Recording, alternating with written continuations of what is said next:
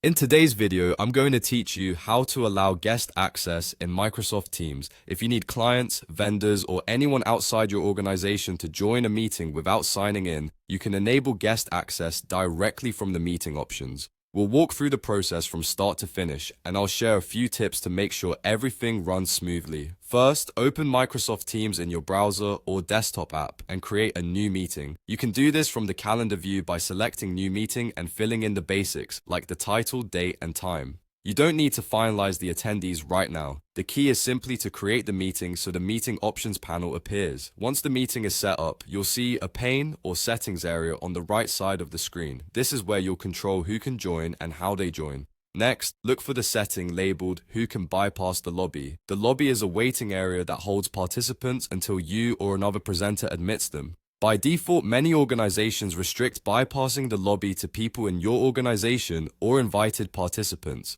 To allow true guest access, you'll change this setting so that anyone with the meeting link can enter the meeting directly without waiting. Now, change the Who Can Bypass the Lobby option to Everyone.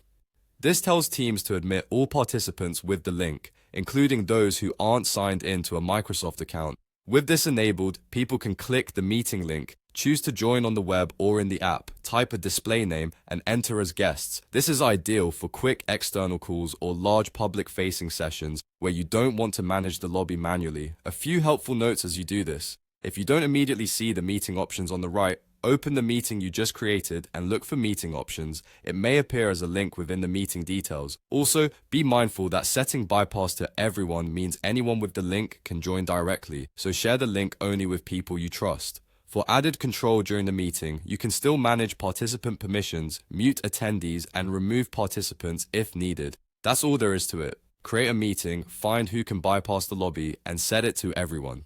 Once you do, guests can join using the link without signing in. Thanks for watching, and I hope this helps you host smoother meetings with external participants.